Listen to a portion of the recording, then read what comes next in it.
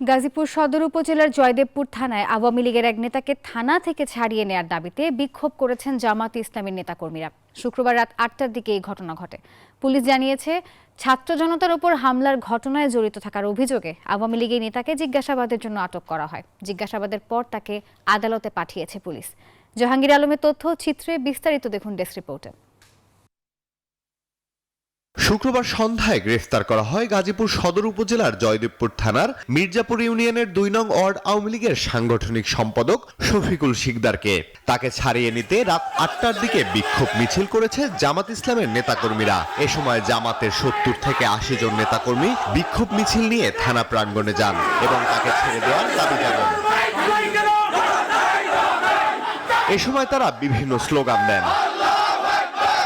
এ বিষয়ে গাজীপুর সদর উপজেলার জামায়াতের সাধারণ সম্পাদক বলেন, দল করার অধিকার প্রত্যেক নাগরিকের আছে। দল করার কারণে নিরীহ কাউকে গ্রেফতার করে থানায় এনে নির্যাতন করা যাবে না।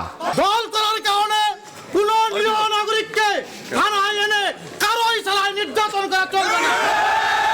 এজন্য ছাত্র জনতা রক্ত দেয় নাই।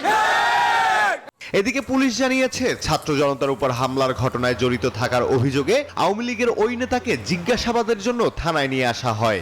তবে জামাত নেতাকর্মীরা তাকে নিজেদের কর্মী দাবি করে। তাকে জিজ্ঞাসাবাদের জন্য আমরা থানায় আনি এবং জিজ্ঞাসাবাদ আমাদের অব্যাহত থাকে।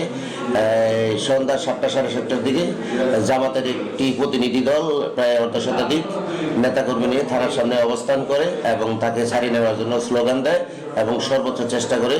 ২০২৩ সালের ৮ সেপ্টেম্বর গাজীপুর সদর উপজেলার মির্জাপুর ইউনিয়নের ২ নং ওয়ার্ড আওয়ামী লীগের কমিটিতে সাংগঠনিক সম্পাদক হিসেবে শফিকুল শিকদারের নাম রয়েছে। Desk report, news 24।